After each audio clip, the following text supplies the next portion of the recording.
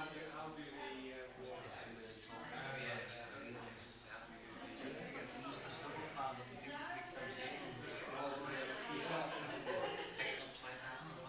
I don't know. I suppose it might be done with transfer or something like that.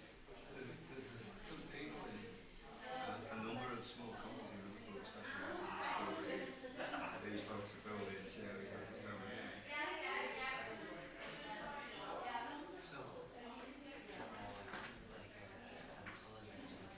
It looks to me like it is. I think you can see some the cracks down now. Look at that one there. It's like a little one.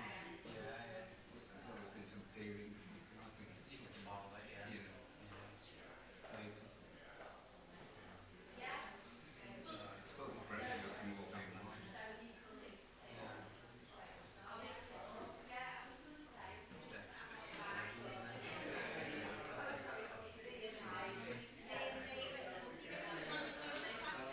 Yeah, unless it's got the furniture and stuff, and some of these, if you're Georgian, you're not really built some of them. There's needs for places and that. That'd be my favourite. They did Jerry Bill for us, it's surprising.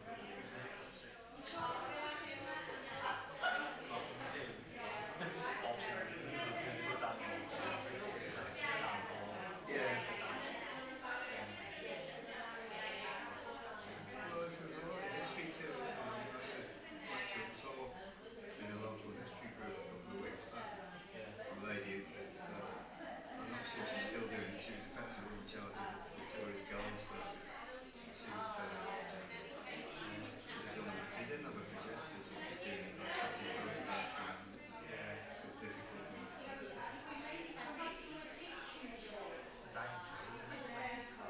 Well, I think, I'm not sure, I'm just going on that before COVID.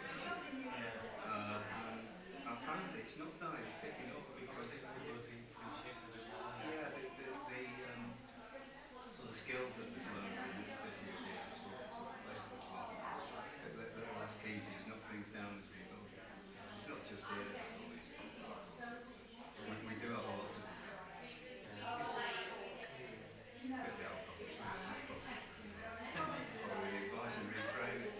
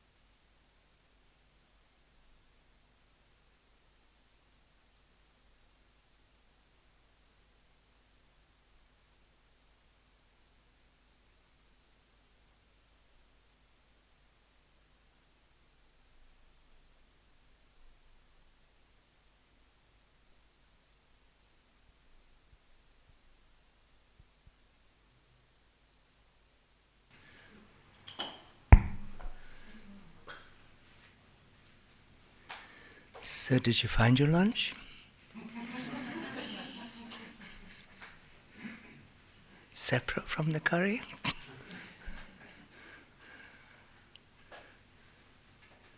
So we come to understand that everything is like that.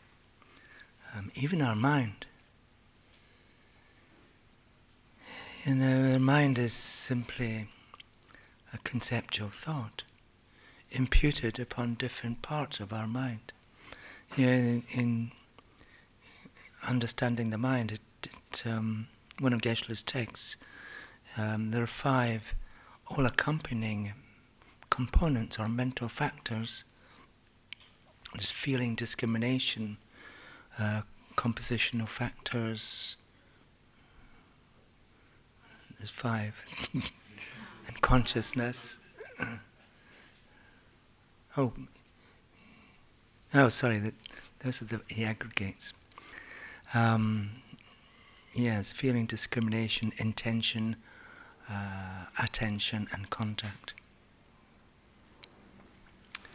So these are components of mind, and so there is no mind that's separate from these components. They're always there.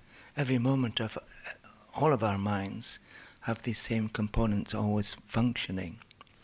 So there's no mind that's separate from these components. Mind is simply something that is imputed upon these different components of mind. In the same way that our body is imputed upon the parts of our body. We only need to see our hand in order to say, oh, this is part of my body. So we create a thought body. But then sometimes we think, well, our body must be inherently existent because the hand is inherently existent. The thing I'm using to create some idea of my body, if that thing is inherently existent, then my body must also be inherently existent. But the problem with that way of thinking is, try and find your hand that's separate from the fingers, which is separate from the skin, that's separate from the bones, that's separate from the ligaments. Then try and find the bones that's separate from the calcium, etc., etc. So what we realize that we can deconstruct everything that we know and keep going, deconstructing our body into its parts, deconstructing the parts into their parts, and so on and so forth. It's like we're going deeper and deeper into the rabbit hole until we realize there's nothing to find. There's nothing to find. Nothing we can place our finger on and say, oh, that's the source of everything. And so we come to realize that everything is lacking in inherent existence. Yes, even your best friend. Yes. So, but the point is that there is no emptiness separate from its basis. There is no emptiness separate from the conventional truth. So what we're seeing together is conventional truths and the emptiness of these conventional truths. Your lunch and the emptiness of your lunch. Yes, they're always together. Emptiness is the underlying ultimate nature of everything. Everything. It's the underlying nature, and it's not as if there is a lake of emptiness out of which things appear. It's just appearance of the thing and its emptiness together, never separate. So this is kind of how we can train our mind in emptiness, because we can go about our daily work, our daily business, and things are appearing to our mind. Yeah? And we just remember, oh, this is emptiness appearing as my co-worker. This is emptiness appearing as my laptop. And we're kind of reminding ourselves of the nature of things, the ultimate nature of things. We may be very familiar with the conventional nature of your laptop, but when you ask yourself, well, where is my laptop? What is my laptop? If you try and search for the real laptop, you realize there's nothing to find, only the emptiness of laptop. Yeah. So that's really cool. So we can remind ourselves that as well as this emptiness applying to all phenomena, includes ourself and our mind. Our mind is just, as I said, an imputation based upon the different components of our mind, the different mental factors. So there's one thing that you can get tattooed on your wrist. I have shares in a tattoo shop.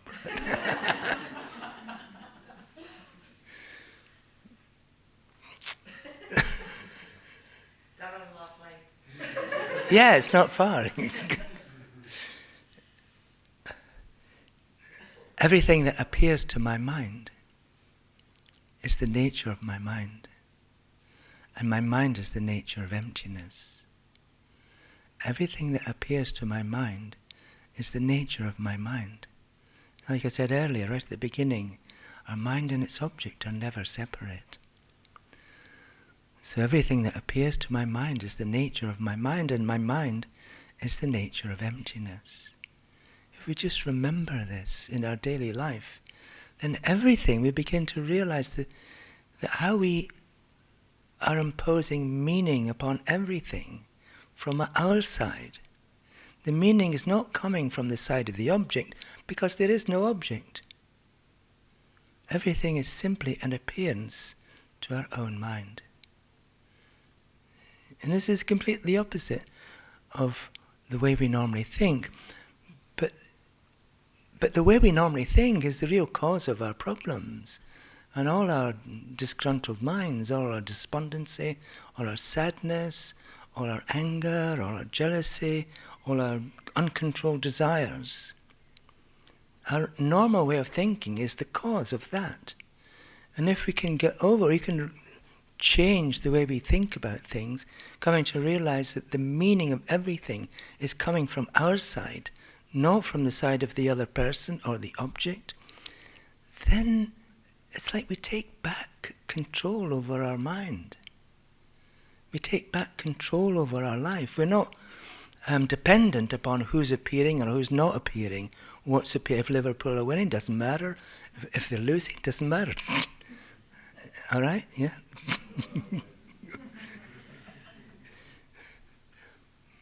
It's just an appearance. Just a game. And so then so we can just relax. We're relaxing into enlightenment. We're relaxing our way to enlightenment. Because in the process, when we're relaxing, we're getting rid of all our anger, all our delusions. And because we're not acting upon these delusions, these mistaken ways of thinking, then we're not creating negative actions. We're just abiding at peace. And so we're not creating negative karma, and so we're not creating the cause for suffering, problems and difficult situations to appear in our life. And even if they were, we wouldn't realize them as difficult, because we realize there's nothing difficult from the side of the object, because there is no object. You seem puzzled. All the difficulties that we experience come from the side of our own mind, because we create the meaning of things. Something is difficult for us might be great joy for other people, because they have a different mind. Yeah. So as I said, get this tattooed on your wrist. Everything that appears to my mind is the nature of my mind is the nature of emptiness. So everything is empty of inherent existence. But it still exists as appearance. So where are the appearances? Where are these appearances? If all these appearances exist, where do they exist? Inside your mind. This is the location of our mind, this is our brain. Our mind and our brain are not the same thing. So inside our mind, so all our appearances are simply that, appearances to our mind, and nothing else, and nothing else. If we don't add nothing else, there's an implication that there is something coming from the side of the object. And that's how we normally think. And we kind of got to get over that. Until we do, we never be free of suffering and problems. So the path of the Bodhisattva then is the training in love and compassion and this mind that seeks enlightenment for the benefit of others. And then from then on, we engage in the practices of the 6 perfections. As I mentioned, the perfection of giving, moral discipline, patience, effort, concentration. And these 5 are leading up to the 6th one. They're like a preparation to realize emptiness, the perfection of wisdom. So, in modern Buddhism, there's some beautiful meditations on emptiness. Oh, just one other thing. We said earlier that ultimate truth, emptiness, and the appearing object, conventional truth, are always together, never separate. There's a couple of examples, analogies that will help you understand this.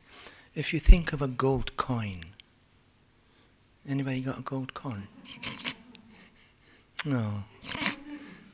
So just think of a gold coin. So the gold is like the ultimate nature of the coin. And the coin is simply gold appearing as a coin.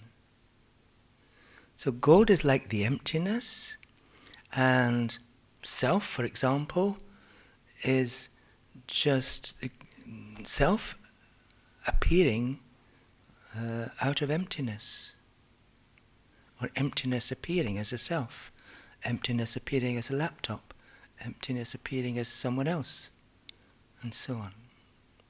Yeah. So emptiness is actually appearing to us all the time, every moment of our whole life.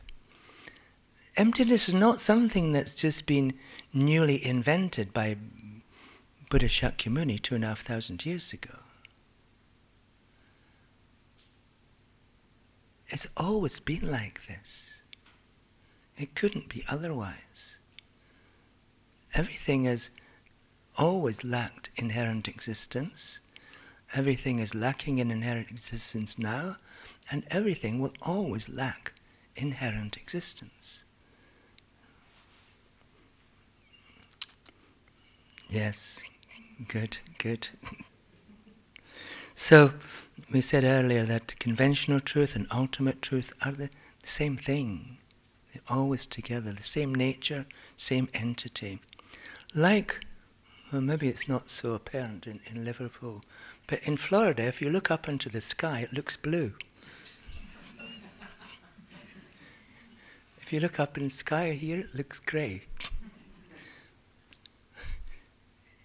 But if you were to go up in a rocket, searching for the blue, you wouldn't find it. You know when you go up in a plane looking for the blue, what happened to the blue? It's just sky appearing as blue. So blue is like the conventional truth that we normally see, and the emptiness of the sky is his ultimate nature. Yeah. So we make the mistake of thinking, oh, it's blue. But in reality, there is no blue. It's just sky appearing as blue. Emptiness appearing as laptop. Same thing. Okay. Like I said, you have to think about this over a long period of time. Yeah. So, you should go home and get out your modern Buddhism. If you haven't got one, download it for free or from the internet. And then begin to read the chapter on ultimate bodhicitta. And so this section from page 138 is called A Simple Training in Ultimate Bodhicitta. Isn't that good, a simple training? I told you it was easy. So we begin, and we can just do these meditations, and I'll just read them to you. Okay?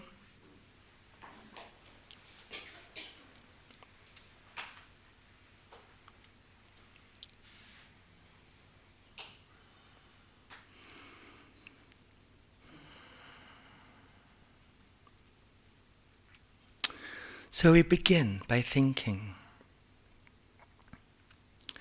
I myself must attain enlightenment to benefit directly each and every living being, every day.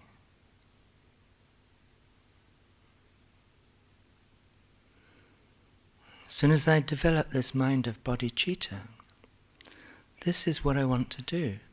I want to attain enlightenment so I can benefit directly each and every living being, every day. There's no greater meaning of our human life than this. We can do many different things, but this is absolutely the most meaningful thing we can do, to generate this mind that seeks enlightenment in order to benefit directly each and every living being every day.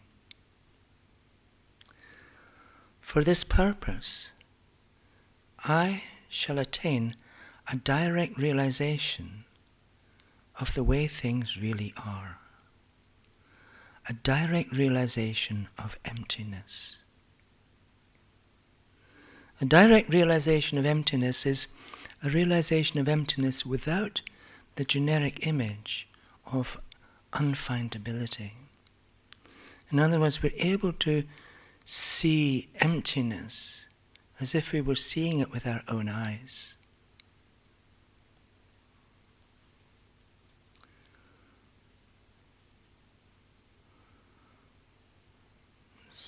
In order to attain enlightenment, I shall attain a direct realization of emptiness, the way things really are. And then with this bodhicitta motivation, we contemplate. Normally, I see my body within its parts. Normally, I see my body within its parts, the hands, the back, the limbs, the torso, and so forth. But neither the individual parts nor the collection of the parts are my body, because they are parts of my body and not my body itself. However, there is no body other than its parts. There is no body separate from its parts. From this I realize that my body is unfindable. This itself is a valid reason to prove that my body that I normally see does not exist at all.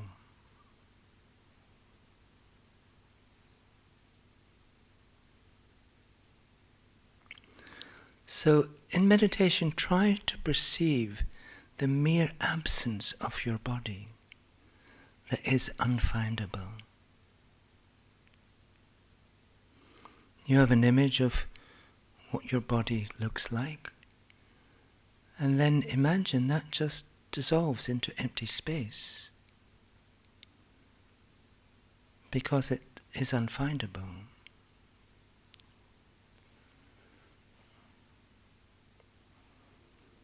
And this mere absence of your body,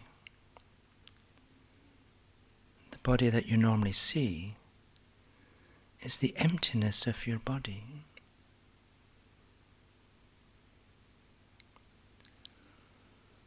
So meditate on this mere absence of the body you normally see, the emptiness of your body.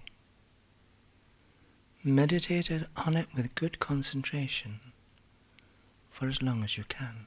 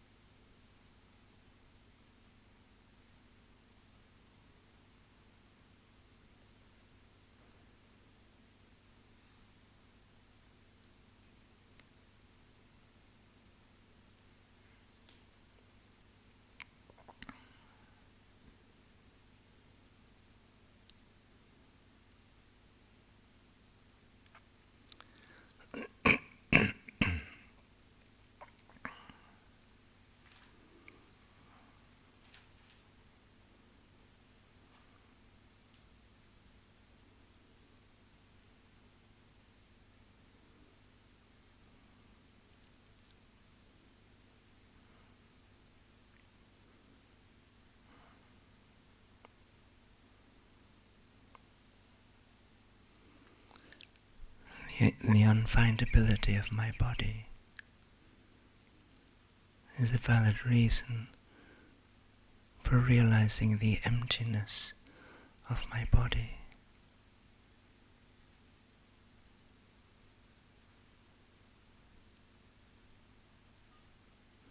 The ultimate nature of my body's emptiness.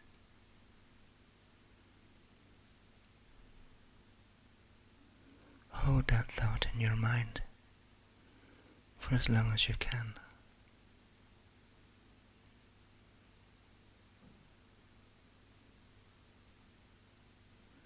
This space-like emptiness.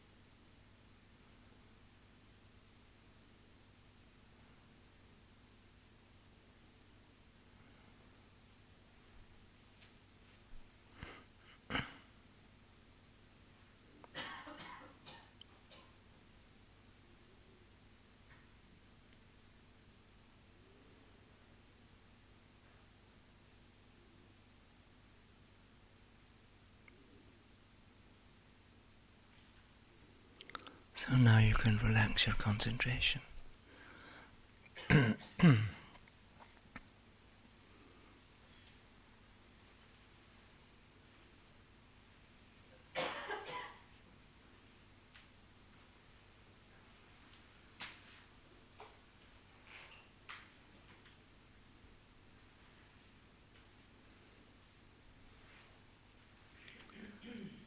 So we begin to realize the mere absence of the body that we normally see. And we realize it because we can't find it. And we come to the conclusion, because we can't find it and we've looked everywhere, then it doesn't exist. And this is the great logic of Nagarjuna. And we can apply it to everything that we think about. You know, everything that we're attached to, for example. The things that disturb our mind, that disturb our peace. Particularly attachment. Attachment is the delusion that is most difficult to remove from our mind. It is said, like the other delusions are like dust on canvas. We can just brush the dust away. But attachment, desirous attachment, is like oil that's soaked into the canvas. We've got to keep cleaning it and washing it and washing it and washing it till eventually we get rid of this mind of attachment. And so it's emptiness. We realize the emptiness of what we're attached to, the person we're attached to, or the object we're attached to, the red Ferrari, and ourself, the emptiness of ourself. Then we find the solution to this problem of attachment, because there's nothing to be attached to. The object that we were previously attached to, it doesn't exist. It's a mere imputation of our own mind. And then it's ourself that is being attached. Developing this mind of attachment, that doesn't exist either. It's just a mere imputation of our own mind. So how can there be any attachment? And so when we realize this suffering, this terrible mind of a desirous attachment, that we can't sleep until we get the object or the person, then it just begins to dissolve away. And all the other delusions are like that. So now we can meditate on the emptiness of ourself. So again, sit in meditation posture. You thought you were going to have an easy time today.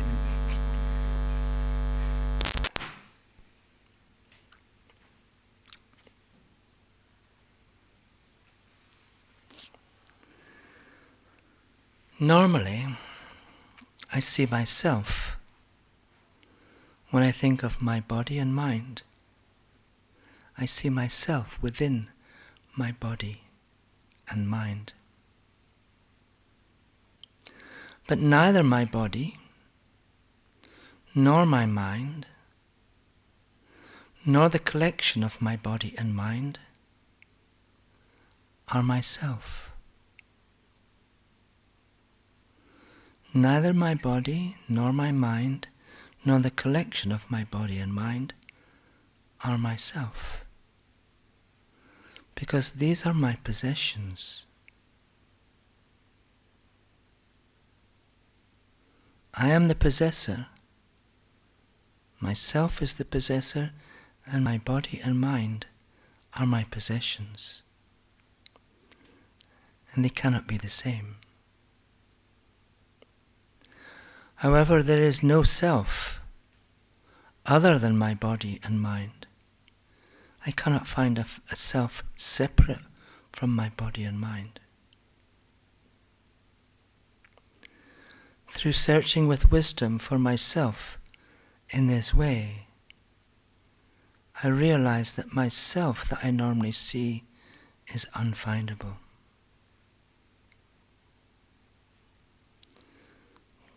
Myself that I normally see is unfindable. So if you turn your mind back to an image of yourself, you realize it is unfindable.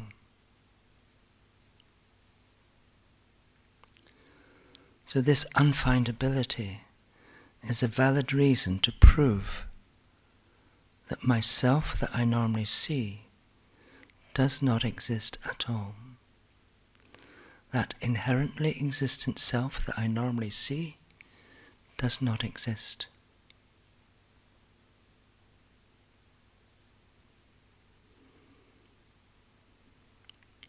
And so place your mind on the unfindability or emptiness of yourself,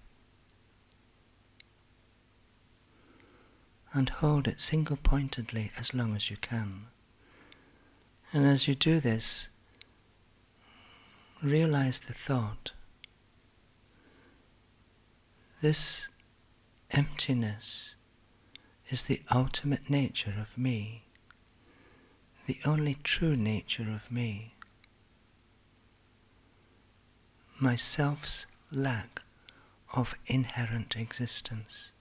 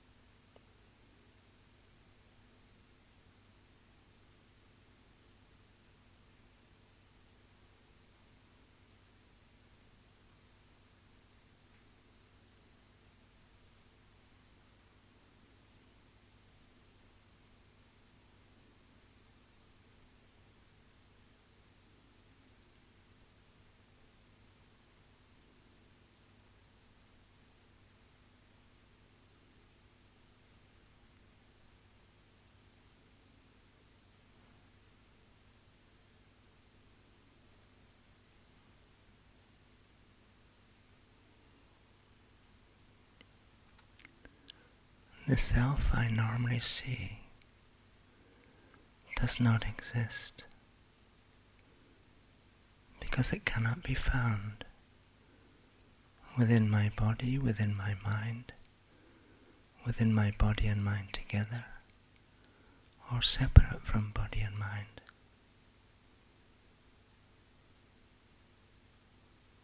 It does not exist because it is unfindable. And this unfindability is the mere absence of the body I normally see. So I can conclude the self I normally see does not exist.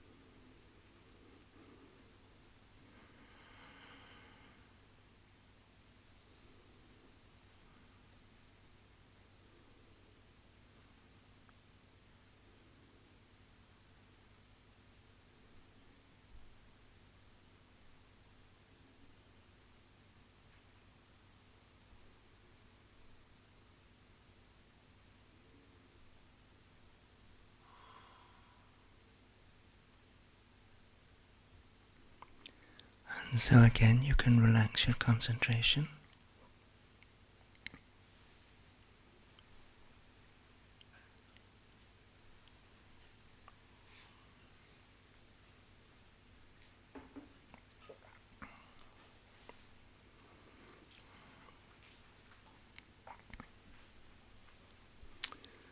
And once we've meditated on the emptiness of our body and ourself, then naturally we can find it easy to meditate on the emptiness of all phenomena.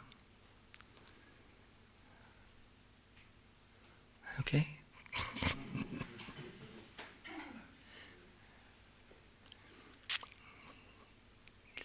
Yeah, you thought it was going to be easy. You see the mental energy we need to put in order to realize this. Because our self-cherishing mind is saying, don't do this, don't do this. We're happy the way we are. Just cherishing ourselves and creating all kinds of problems for ourselves. So our self-cherishing mind is so sneaky that it convinces us that we're doing the right thing, even when we're doing the wrong thing. Yeah. So in order to get over it completely, so we can always abide in mixing our mind with virtue, the cause of happiness, we need to undercut this self-cherishing mind by realizing the emptiness of ourself. And then from that we realize the emptiness of all other phenomena. And it essentially means that we become like a selfless person. The emptiness of ourselves, we become like a selfless person. And so we're not concerned with our worldly things any longer.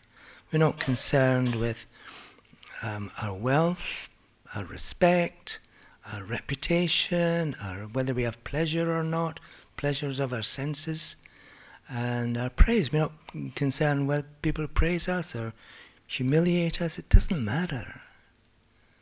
Because it's like just shouting at the wind. All of these things have no meaning because we stop placing meaning upon them and we just abide in a state of contentment. How beautiful. So sit in meditation again.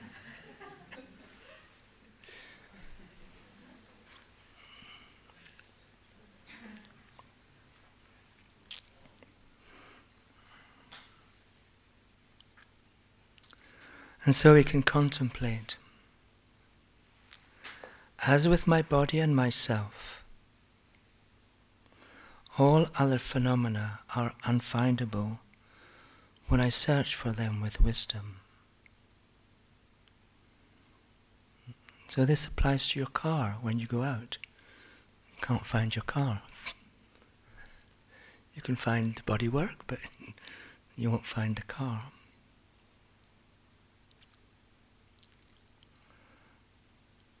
All other phenomena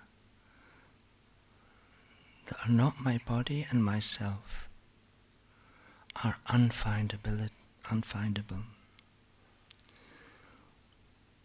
And you come to realize that even emptiness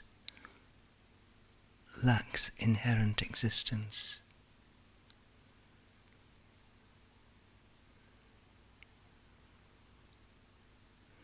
When I search for all other phenomena with wisdom, I cannot find them. So this is a valid reason to prove that all the phenomena that I normally see or perceive do not exist at all. So for example, you can think of your car, your house, some possession, something you're familiar with, the park.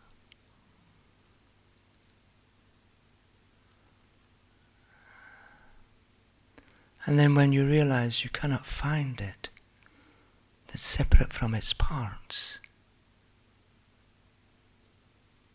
but it is not its parts, and doesn't exist separate from its parts, you realize it is unfindable. So this unfindability, again, is a valid reason to think the object does not exist. The object that I normally see, the inherently existent object, does not exist.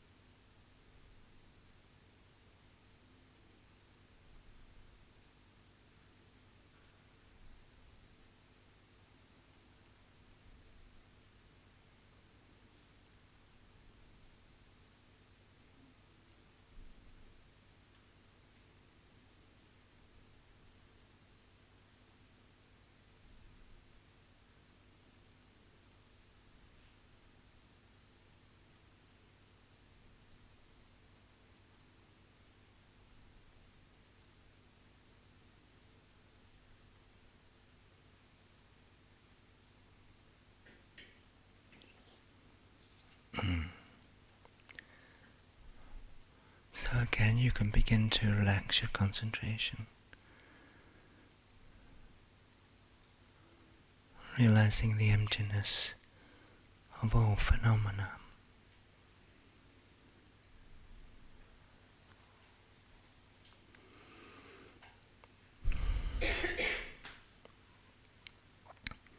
So it's very important to note that we're not saying that nothing exists. That would be crazy. Because we can see with our own sense awarenesses that things exist. Conventional truths, this is a microphone, this is a cup, this is a clock, this is a book, that was a flower. And these things function. All functioning things are impermanent. All conventional truths function, and all functioning things are impermanent.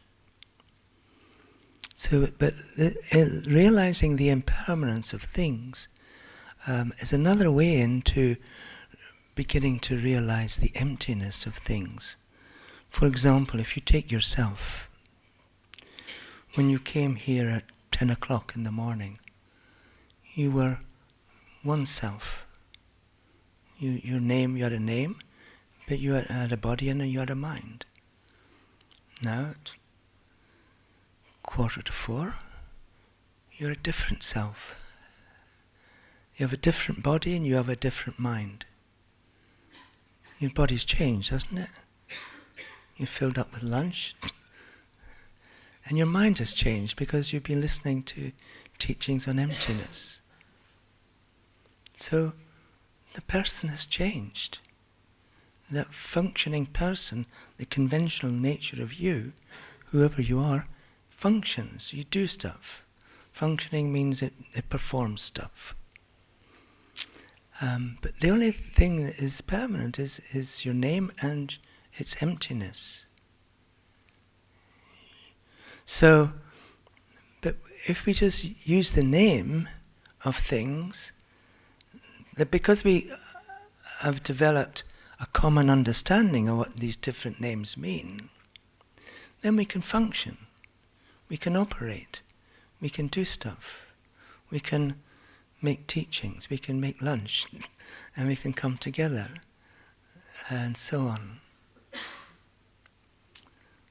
So, but our problem then is that we begin to think all the meaning of what lies behind the name comes from the side of the object. It doesn't. It comes from our own mind. And we just remember that, we'll be fine. You'll be fine. You can stop worrying, just relax. So, I think I've given you all this what I want to give you today. I think it's quite enough, otherwise we've got some aspirins waiting outside for your headache.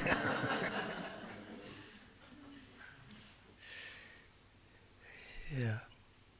So I think maybe you have some questions you would like to ask that other people would like to hear as well.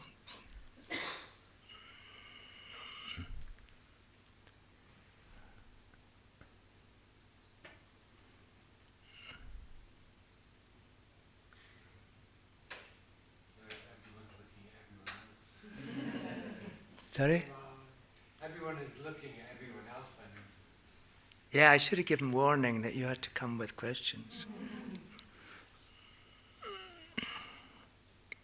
So my question for you then is, how are you going to take what you've learned in this day course, how are you going to take it away with you and incorporate it in your daily life?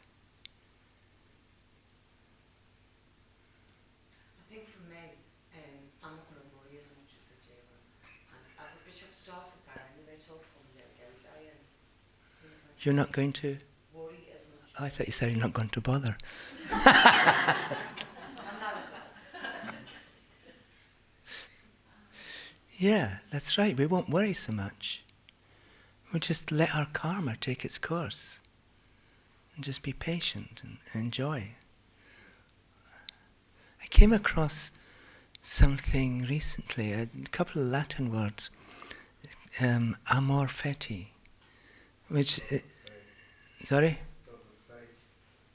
Yes, exactly, yes. So we love, in Latin it's fati, which means fate, but in from a Buddhist perspective it's I love my karma. I love whatever's happening. Isn't that cool? And you can, that's what's so great about being in Liverpool, because it's great karma.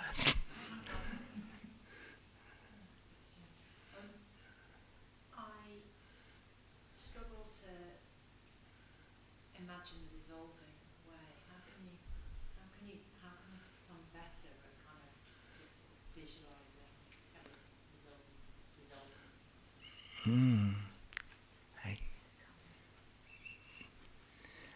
Practice.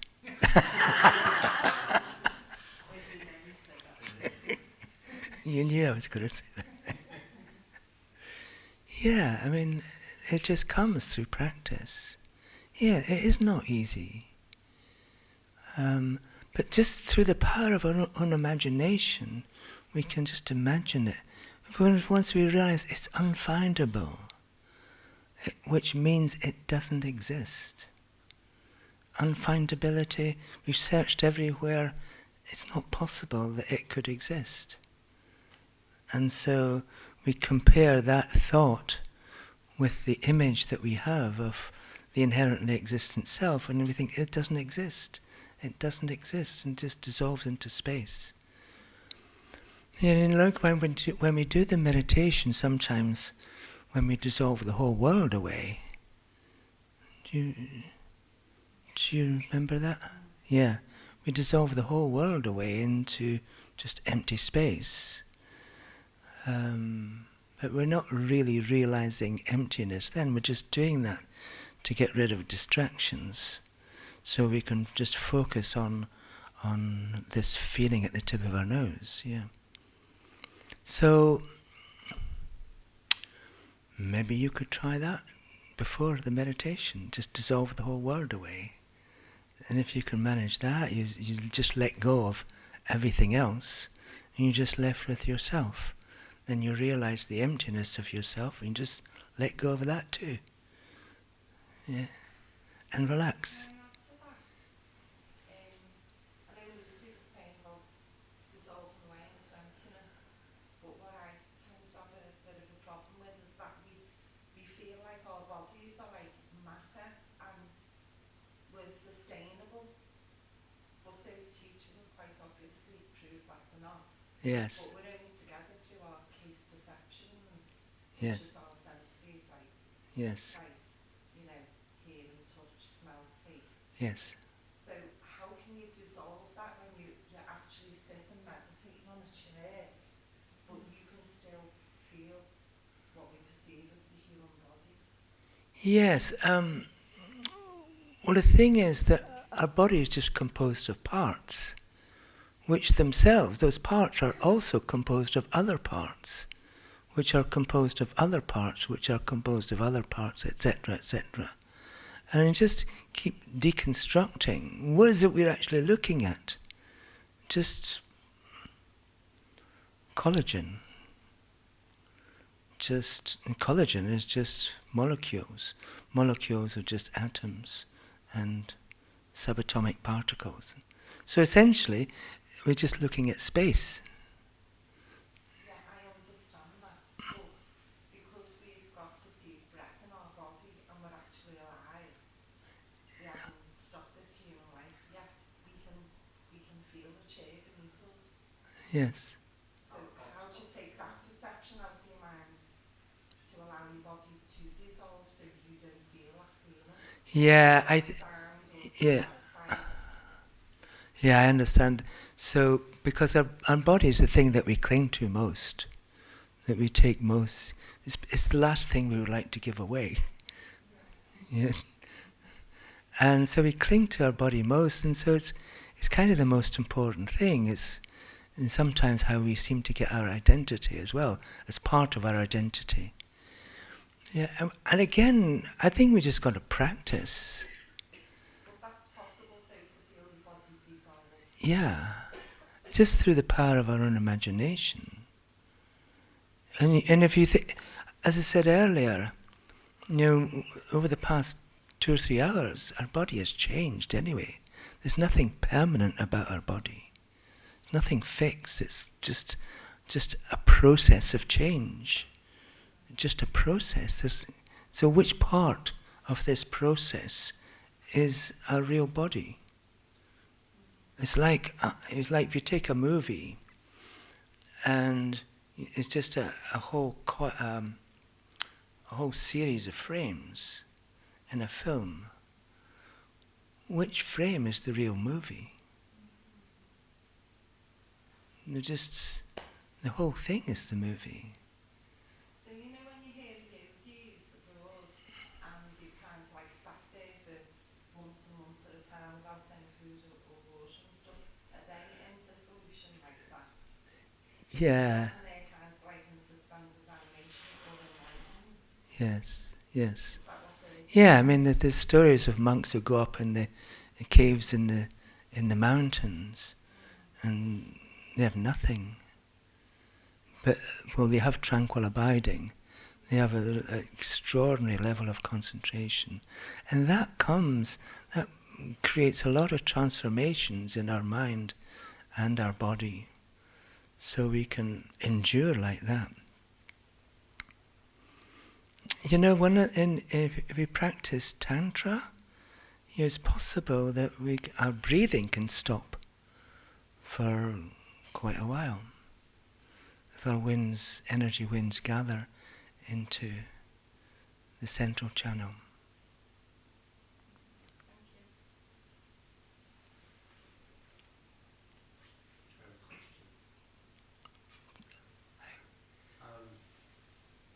How does I probably could figure this out, but that's why I'm here to ask you. How does emptiness help us become more humanistic? How does that help us deal with the stress that's in the world? The guys out thinking of, that's the most obvious.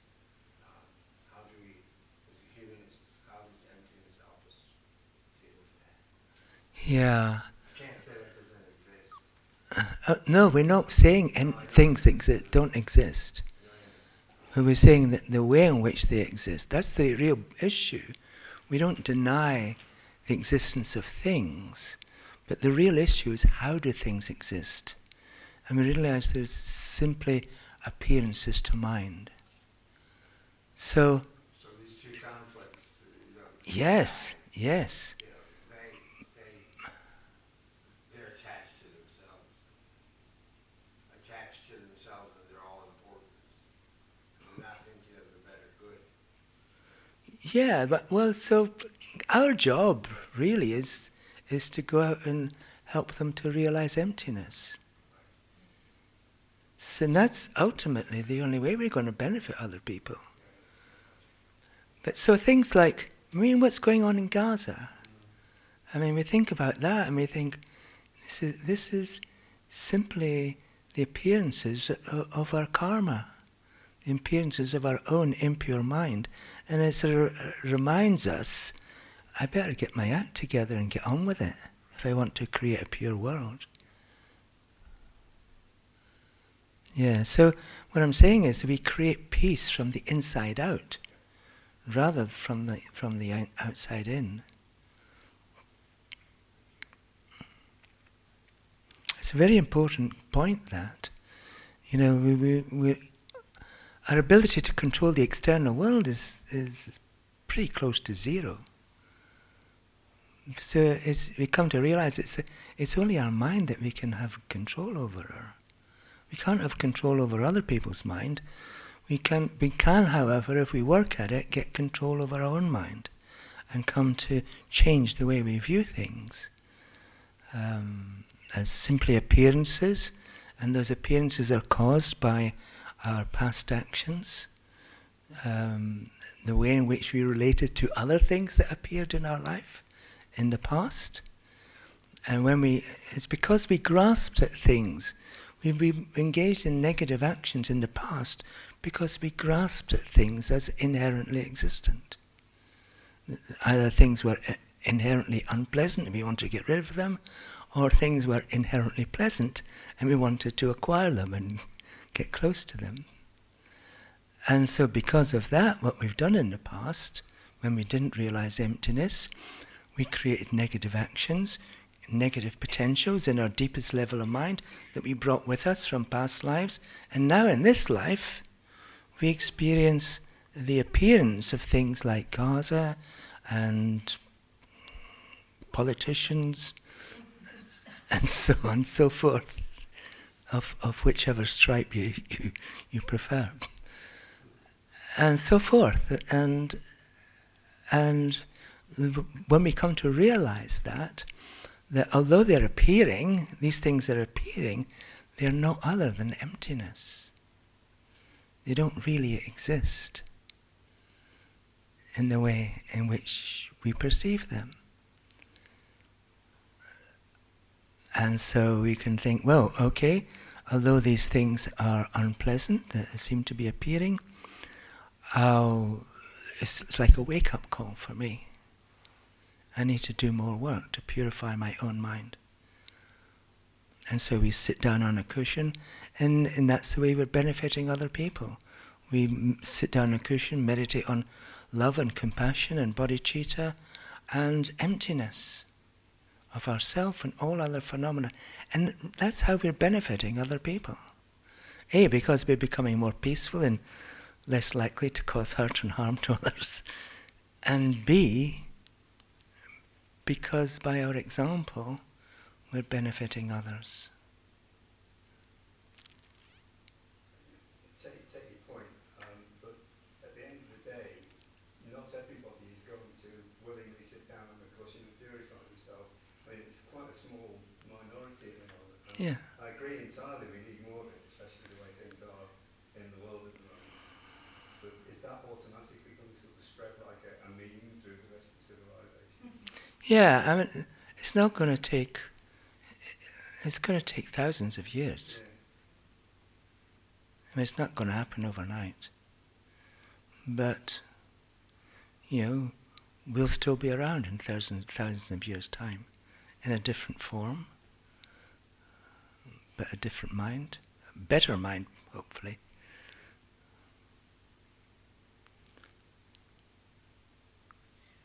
Why do we need to generate compassion if everything lacks true existence?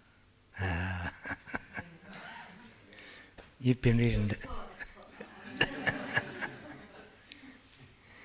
Yeah, because we need to. Just because things do not exist inherently does not mean to say that they don't exist. Suffering still exists.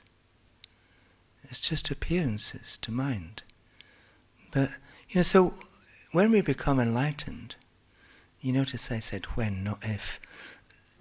When we become enlightened, we will perceive other people's minds. And so we still perceive conventional truths.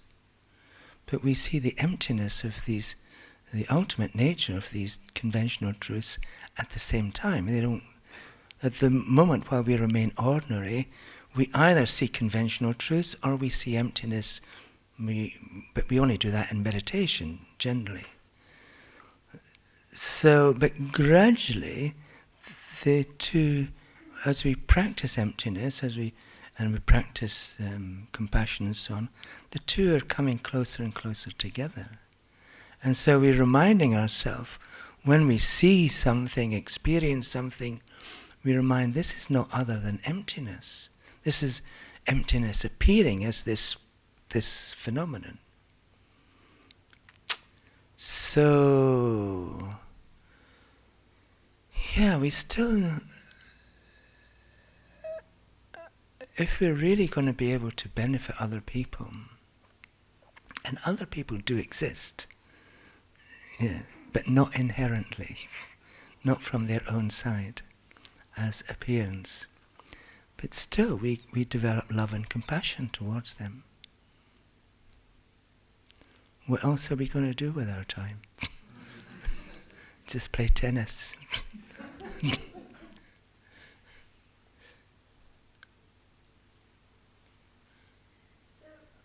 we think about dreaming, let's think about dreaming and the dreaming mind, and we know that that was just an appearance when we wake up. So is what we consider our waking reality the same, and it's not like substantial, hard, solid, but an appearance to the waking mind, to the ghost mind. So Yeah. it's like it's not no different to the dream mind, other than it's a different level of mind. Yes, that's absolutely right. And the things that appear when we're asleep, when we're dreaming, they're appearing because of our karma. And then the things that are appearing when we're waking, they're appearing because of our karma. So in that sense, there is no difference. They're both ripening of karmic potentials. So you are all the ripening of my karmic potentials, nothing more. You thought you were special. But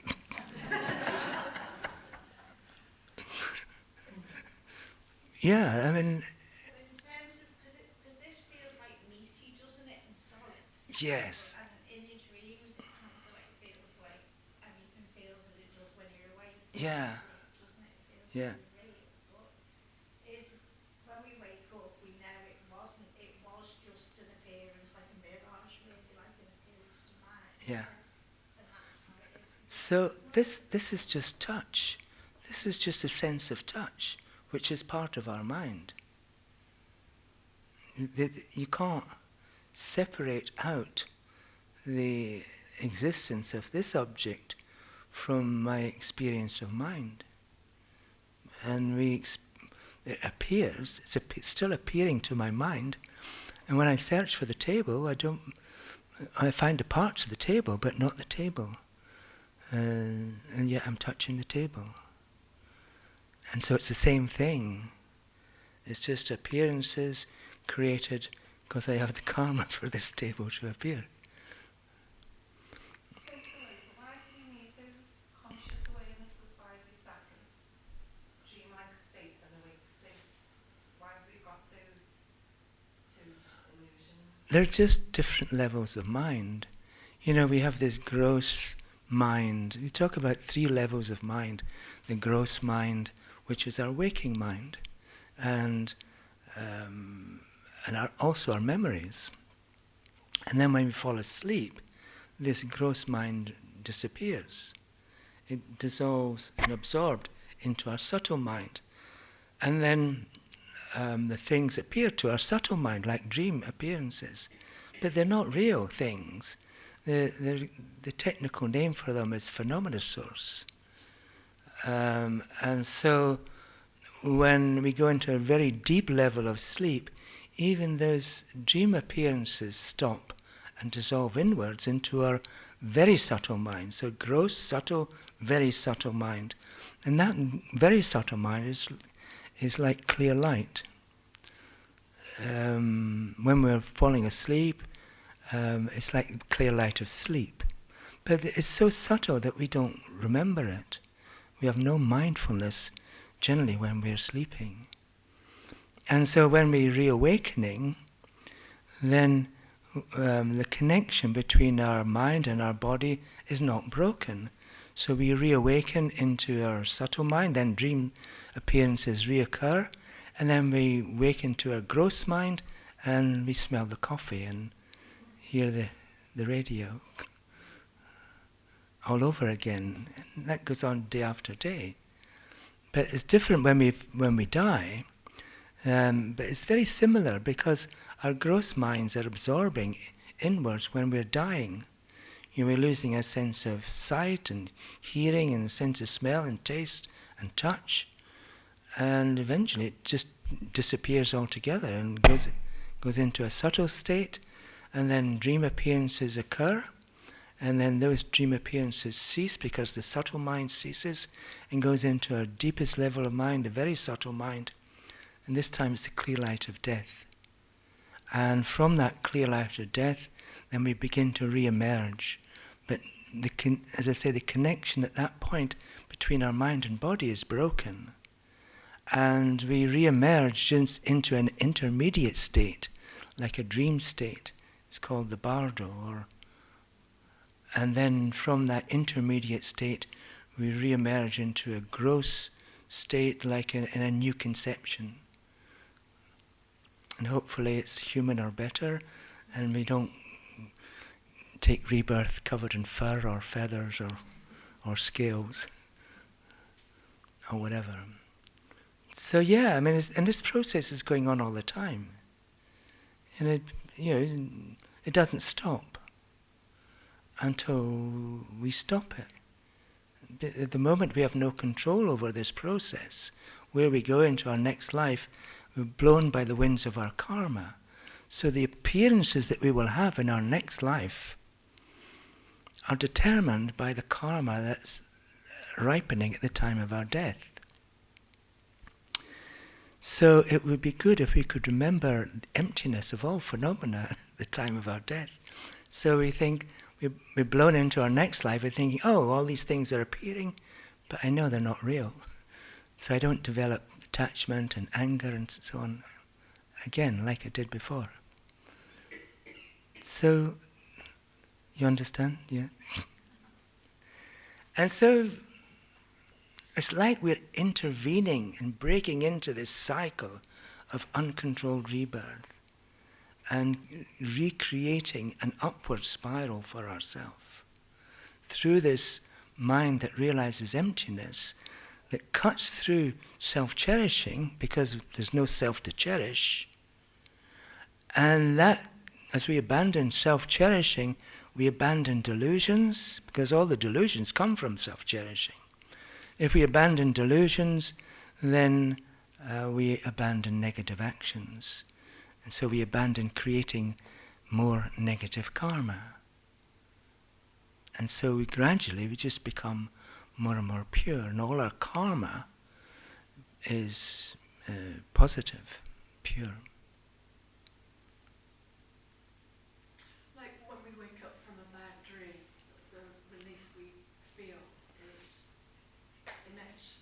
Yes. So in a similar way, when we wake up from this waking illusion, what a relief that would feel. We won't feel Yes. solid anymore or take things so seriously. Mm. Yeah, when we wake up this sleep of ignorance, it's a great sense of relief. From a bad dream. Yeah. It's a relief, isn't it? Yeah. Remind yourself when we wake up from this, waking. Yeah. Yeah. The relief. So did you all hear that? Yes. It's what Michelle was saying, that when we wake up from a bad dream, it's a great sense of relief. And similarly, when we wake up from our sleep of ignorance, when we realize emptiness, it also is a great sense of relief.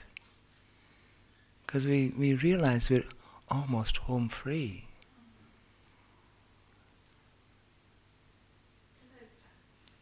Could you explain the relationship between pain in the body and the conventional mind? As to, is it just the conventional mind's view of the pain, or is it that the emptiness within the body and pain is separate from the emptiness of the body?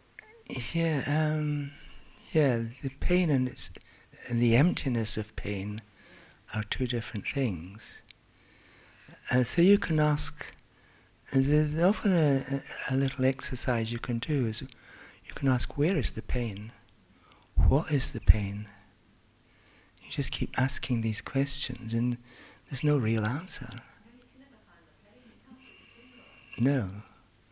It's the pain in my leg, it's the pain in my head. Where is the pain?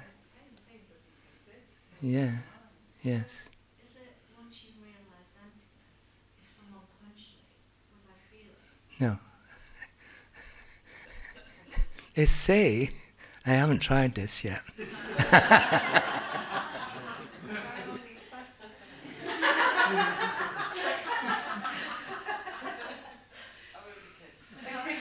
What did she say? Try on me.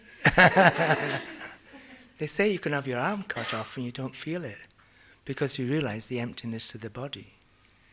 So there's no body to cut. And so there's no pain to experience. But Can I just offer you a brief experience that might interest some people? I took up meditation quite a long time ago now, probably approaching 40 years, because I was getting a lot of arthritic style body pain. My family has it. After a year or two, it's almost gone and stayed gone as long as I continue the meditation. This is somatic meditation where I run through top to bottom and back up the body and pick up. It's some sort of recalibration that goes on. But for that sort of level of pain, it's amazing, you know, no doubt about it. Yeah. Let me do it. yeah, Just offer you that if it's any interest. I think the mind, once it understands that the pain's not helping, because the pain is to tell you something's wrong, usually, in the short term, but it gets it wrong and it overdoes it and does too much of it. And the mind sort of recalibrates and says, I don't need to worry about that. The boss has said it's not serious, something like that. That's the only explanation I've got for it. It certainly Yeah. works. yeah. Yeah. So if anybody would like to test their level of understanding of emptiness, I can help them.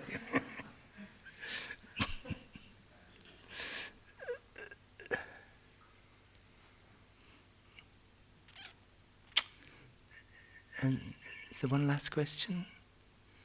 There is, but I don't really want to ask it. I think I had a near-death experience, and the only way I can describe it, I've looked into it since, you know, doing a bit of research, reading and listening to other people who've had similar experiences. It seems like it was. So I'd be sort of late teenage, and well, how to say it? Can't really say it. I just went into the void, complete, the whole of reality completely disappeared. There was absolutely nothing. Yeah. It was like falling into empty space, but there was nothing to fall into. And well, it was an incredible moment, and I don't really fully understand that. How did it feel? Can you remember? Did you feel anything? Well, sort of remembering, using memory of it, I think there was a lot of fear. There was fear, because it seemed to be losing everything. And so I haven't reflected on it since, over the years. I'd like to re-experience it, actually. Well, the next time you re-experience it, try and have a mind of joy. Yeah, the fear. Yes. Because of the surprise, and you couldn't believe what was happening with your whole reality. Just disappears. So this is like the clear. Everyone who has these near-death experiences talks about clear light, the clear light of death. There was no light. There was nothing. Oh, okay. It was, you know, so what, I mean, sort of reflecting back on that, it makes me think or accept that this underlies all experience, but I don't know whether that is the same as emptiness or not, whether that this void I don't know. is the same as emptiness or not. But I believe that that is underlying all of the psychology of me, and probably all of reality anyway. I mean, it makes sense to me because why should anything exist at all? The most natural state for everything is not to exist at all. That is the most natural. That there isn't anything, it seems to me. Yeah, we don't take that view in Buddhism. We don't deny the existence of things. Things do exist. That's not the question. The question is, how do they exist? Yeah, so it seems people's ordinary experience is that things exist. You know, the tree exists, the park exists, the microphone exists, the cup of water exists, the book exists, the flower exists. But the question is, how does it exist? And the answer is, as mere appearance to mind. And that appearance is still inexistent. Yeah. I would agree with that, but I feel what exists is less concrete for me. It's you know, it doesn't feel absolutely real to me now. Right, so it's changed it. Yeah, Yeah. I don't know, it's just like loosened Like what? my idea of what real things are. So yeah, I mean, I could see things that happen is what we take as being reality, isn't it? When things happen. But there are no things outside your mind. The things that are happening for you, they may not be happening for other people. So like we said earlier, if everyone is thinking of you, there's so many different versions of you. Not just one version. So you don't exist separate from other people's minds, or you don't exist separate from your own mind. So it's not as if things are out there just waiting to be discovered. The potential for things to appear is already within our own mind. And all that's happening is that these potentials are ripening as appearances. And that's all. So to open it, if everything is mere appearance to mind, how was mind created? It's like the God phenomenon, isn't it? Yeah, it wasn't created. Or how does it exist then? It's existed since beginningless time. It doesn't come from anything. It doesn't go anywhere. It just is. Is it just like an energy then, like a universal energy?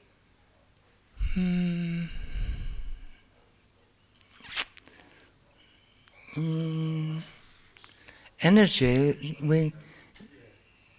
if you're making the assertion that energy is inherently existent, then no. My answer is no.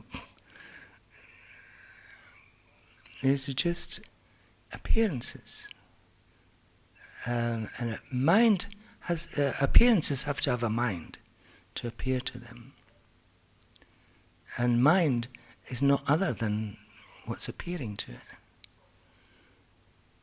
So it's a bit like chicken and egg.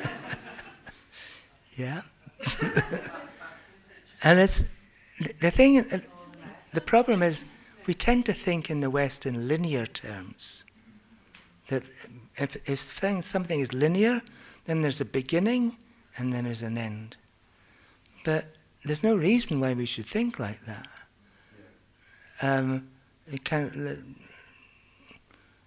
Things can be non-linear, and so there's no beginning and no end. It's almost have you ever heard of a Mobius ring? Yeah. You know how you... Yeah. Yeah. You get a long strip of paper and twist it and then stick at the ends together, and there's like a continuous surface. It's like the torus. Yes, yes. It's just continuous. There's no beginning, there's no end. So perhaps the perception of time is only in our minds anyway. Yeah. Because everything else is. Yeah. So it's always sort of, blobs of existence, and you see them from a kind of fourth dimensional perspective. We drop into them in dream, and you just see time. Yeah. The whole of history is just what's in your mind.